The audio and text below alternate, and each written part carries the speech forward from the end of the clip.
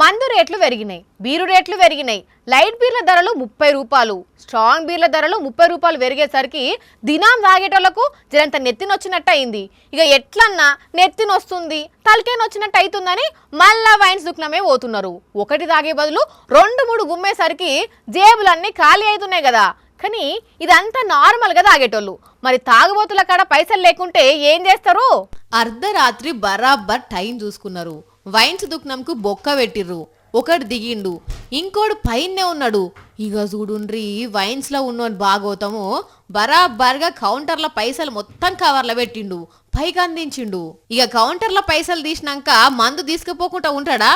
అటుపోయి ఒక సీసా తెచ్చి పైకి అందించిండు, ఇటుపోయి ఇంకో ఖరీదైన సీసా తెచ్చి మళ్ళా పైకి పంపిండు. ఇంకేమన్నా మందు దొరుకుతుందా, పైసల సంచులు ఏమన్నా పెట్టిర్రా అని సెల్ ఫోన్ లైట్తోని అటు జగబెట్టి ఇటు జగబెట్టి గమ్మున వేయండు.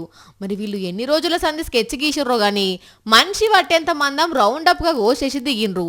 చూడబోతుంటే వైన్ షాప్ ఏరియాలనే ఉంటున్నట్టున్నారు వీళ్ళు. మరి రేకును అంతగనం కోసి సౌండ్ చేస్తుంటే పక్క పొంటోళ్లకు ఎందుకు వినవలేదో గాని పొద్దుగాలొచ్చి చూసిన ఓనర్లు షాక్ అయి పోలీసులకు ఫిర్యాదు చేస్తే దొంగ బడిమెగాళ్ళ కోసం దేవులాడుతున్నారట.